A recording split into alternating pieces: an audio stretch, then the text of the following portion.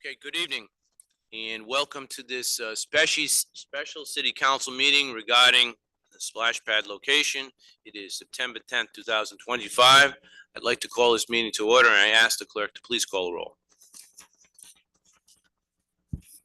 Councilman Campopiano. Present. Councilman Bonanno. Here. Councilwoman Graziano. Councilwoman Horoyan. Present. Councilman Andujar. Present. Councilman Ritz. Present. Councilman Trafficante. Council President Wall. Here. Thank you. Okay, before we start, a little bit of a programming note. I'm going to open up the meeting by just explaining a couple of ground rules for those who are here this evening. This meeting is only concerning the splash pad and the various location options that people may come up with. That's what it was designed for. I believe it was at the request, if I recall in the meeting, the administration, Director Moretti mentioned that about a month ago during a council meeting. We thought it was a good idea. So before we even go to, if you want to introduce it a little bit, Director, that would be fine. And then I'll take public comment. Yeah, sure. Thank you, Council President Wall. Thanks for calling the meeting on at the request of Mayor Hopkins, to be specific. And thank you for those who are attending and those people that may be online.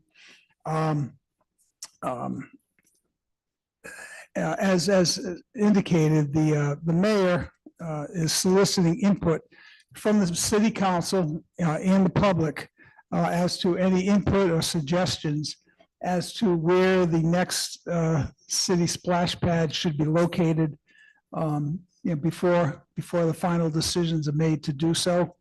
The city has approximately $250,000 of approved ARPA funds available and designated for construction of a splash pad.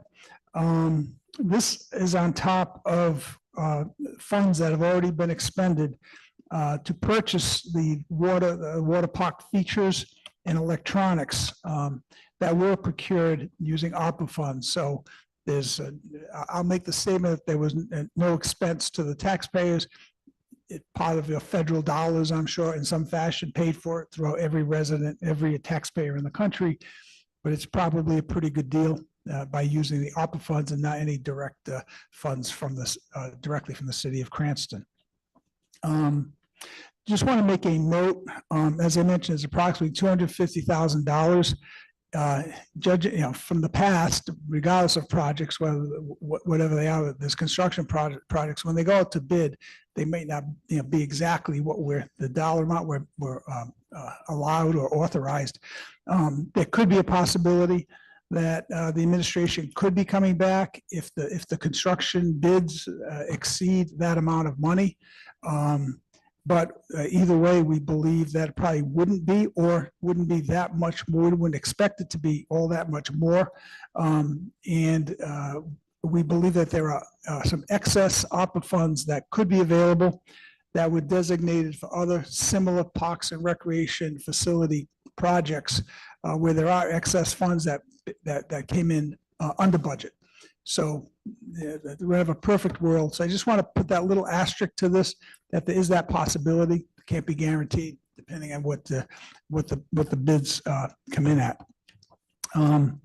We don't want to bias this discussion. Certainly, the administration is looking for objective input as to where the next splash pad should go. But in order to stir a bit of thought, the administration has met with the Director of Parks and Rec, Steve Piscopello, who's here this evening, along with Director Correo from Public Works, to basically search out or evaluate, to give you a little thought process to other potential, to various potential locations throughout the city. So Mr. Piscopello will share with you some ideas, but please don't take it to the bank. But it's just meant for discussion, and I can tell you what our thought process was, and certainly welcome any input. And again, we are soliciting objective suggestions from both the public here and online, and most certainly with the city council.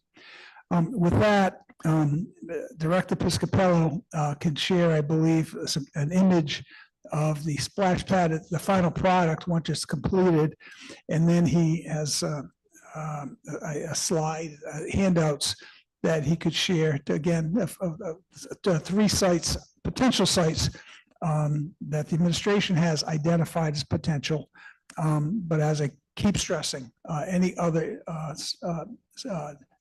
areas and justifications would be more than welcome. So with that, if it's okay to defer to the director, please. The floor is yours, Director. Thank you, Council President. Thank you, Anthony, for the introduction. Tom, if you can put up the slide of the actual splash pad rendering.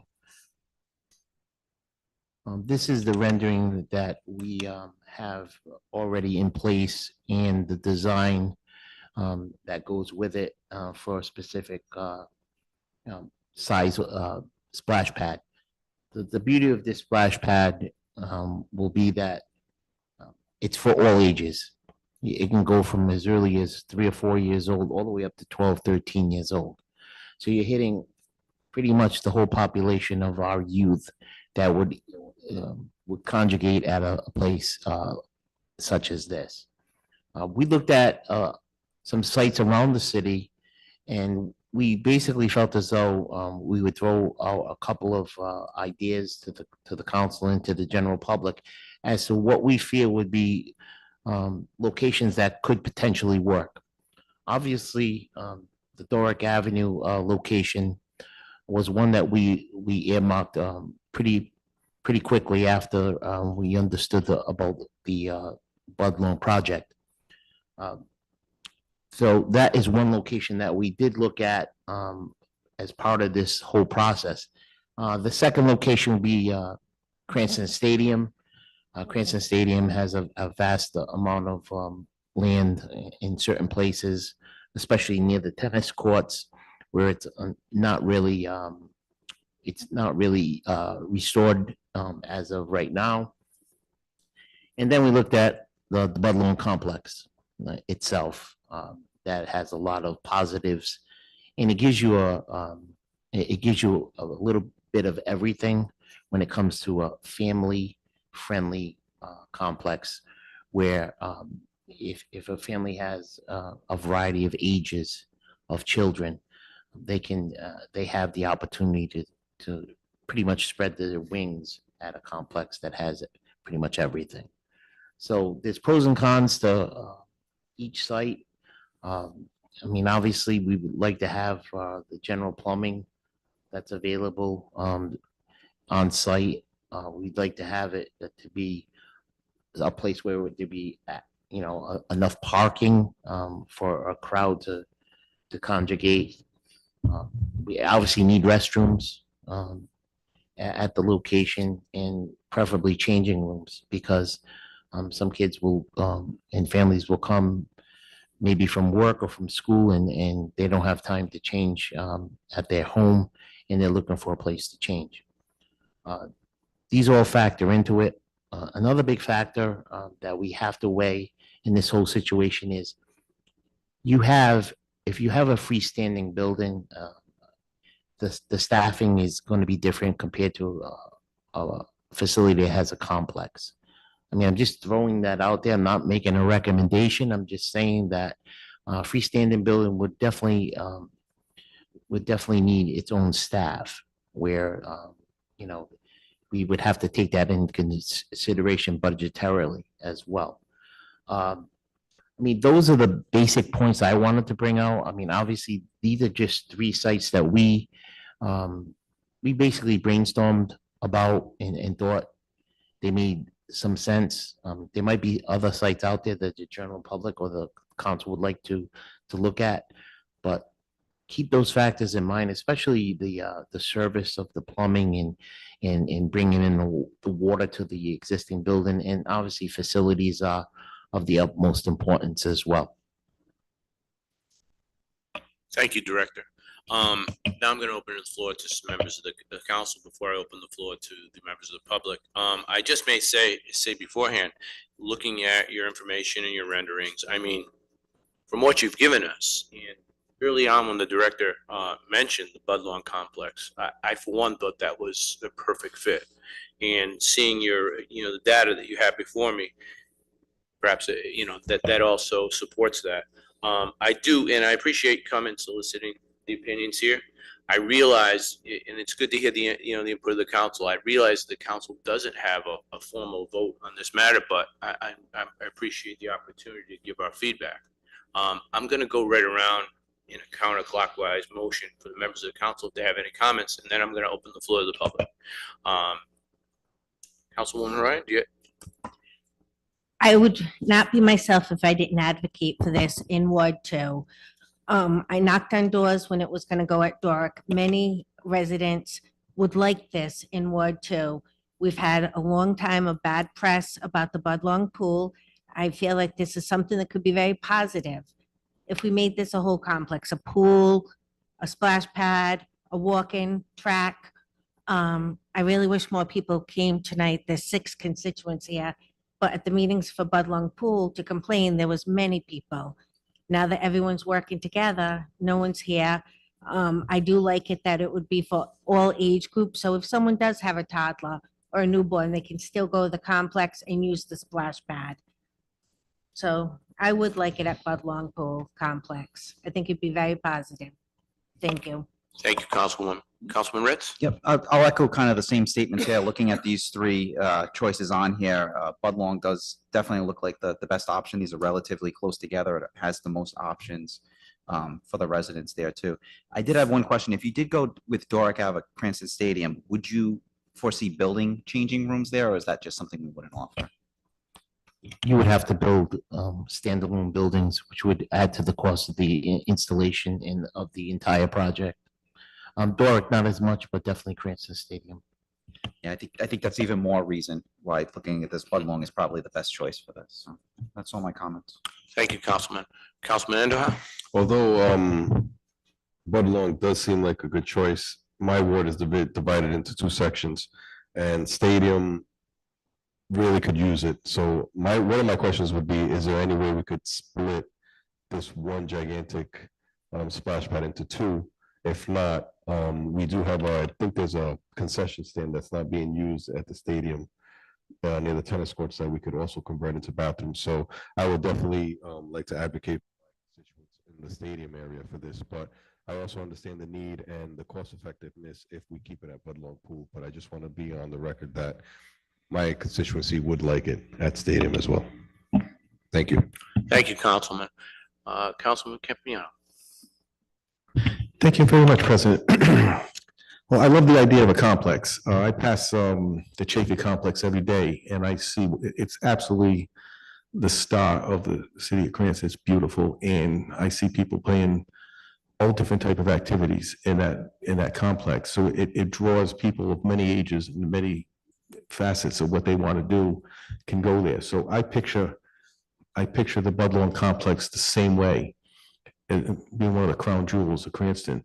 And it really needs a splash pad to accompany the pool, because families have all different age groups. And you might have a teenager that wants to swim, and you might have someone who's younger that not comfortable swimming, and they would be in the splash pad. So it wouldn't be right to go back into construction once you already finished that complex and then go back and try to put a splash pad in. And it wouldn't make any sense to do that. And that doesn't mean we can't put other ones each year in different wards in different areas. So I'd like to see one in every ward, because I mean, being the grandfather of 4 grandchildren, I love watching them in the splash pad and enjoying themselves. And it's a nice, safe way to cool off during the summer. So I just can't wait to see that complex completed with its splash pad and its pool. So thank you. Thank you, Councilman. Councilman Bonanno? Thank you, Council President. I don't have too much more to add. I kind of agree with, it seems like we got some consensus up here on the stage, which is refreshing.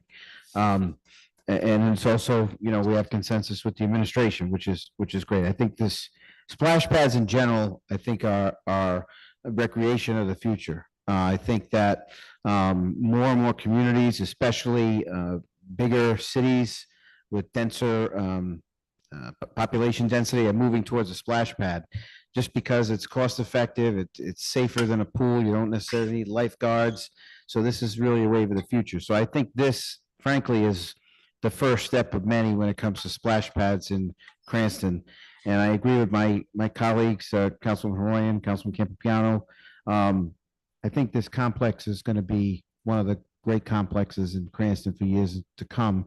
And the splash pad only augments that. I have two little girls. They're 5 and 9, I think. And no, they're 5 and 9. And, you know, they love the pool. They love a pool. But when we went on vacation, they really enjoyed the splash pad. And I could just hear them giggling and laughing and splashing each other. And they really enjoyed the splash pad, I think, more than the pool. So, you know, to have the ability to do both within walking distance, you know, essentially, you know, very, very close proximity is great. And with all the amenities that are already there, it's going to be quite a splash pad and pool complex. So I'm hopeful that and optimistic that this is going to be great for the city. So that being said, thank you. Thank you, Councilman. Just one more round. If anybody has any comments, any other councilman comments? Do you have anything to say, Director, before I let the public speak? No, I actually prefer doing less speaking than more. I'd rather have my ears open. Point well taken. Thank you. Okay, so at this time, we'll move on to public comment. There was a couple of people did sign, a couple of young ladies are going to be first. I see Frankie and JoJo Martins.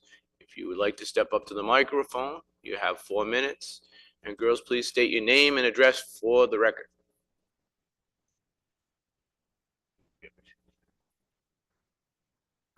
My name is Francesca Martins.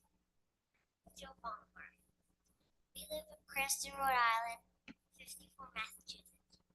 And we think the new splash pad should be near the Bud Long pool. We think that because we go to camp and recreation, and we think that it would be so much more funner if we get to go there and have the pool and the splash pad, because all our friends would love it. Also, if you have children of all ages, they can play at the splash pad and at the pool. People from all over the city will get to go there and not just having it in a random place and having people around the neighborhood. The whole city gets to enjoy it. Also, the Bud Long pool has lifeguards, so it will be watching the pool. And when you have the splash pad, they will need no lifeguards. It'll just be a safety environment. Thank you for listening. Bye. Thank you, girls.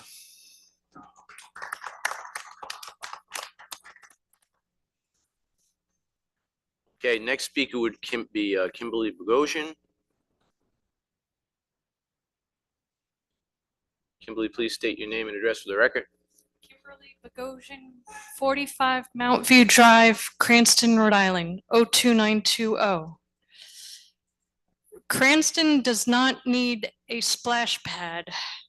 Please open up the Bud Long pool. Thank you. Thank you. Now that's all. Those are the only speakers we have who signed up prior to the meeting starting. If anybody's come in and would like to make public comment on this issue, and I want to remind people this is on just the splash pad location, please step up to the microphone. Hello, Justin McCarthy, Chestnut Avenue, Cranston, Rhode Island. My apologies, I hadn't planned on speaking before tonight, but I actually have some experience that lends me a decent perspective on this. I was a lifeguard for 8 years in my youth, so I can tell you that to be a lifeguard in Rhode Island, you essentially have 3 certifications. You have a rescuing certification, which counts for, diving into the pool and rescuing people, putting them on backboards, stuff like that. You also have a first aid certification and a CPR and AED certification.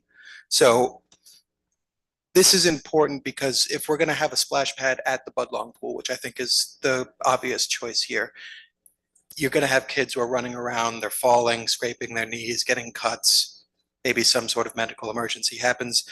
You're going to have a staff at the Budlong pool ready to go, your lifeguard staff, which will be able to respond to these, potential emergencies. And I think it makes a lot of sense to take advantage of that infrastructure, whereas you wouldn't have that at the other two locations. Also, obviously, having the changing rooms and the plumbing infrastructure in place saves a lot of money. So I think that's an important thing to take advantage of. Thank you. Thank you, sir. Is there anyone else in the auditorium rather, who would like to speak on this agenda matter only? Seeing no one else. Tom, is there anyone online who would like to make public comment on this agenda matter? There is no public comment online. Okay, so at this time, I'm going to close public comment. And that would really be all that we have on the agenda this evening. So I thank everyone for coming out. I thank the director, both directors, for giving us this information, and members of the public for coming in, and having nothing more before this body this evening. I ask for a motion to adjourn. Is there a second? All in favor, please signify by saying aye. Aye. Opposed, signify by saying nay. The ayes have it, and thank you very much and good night.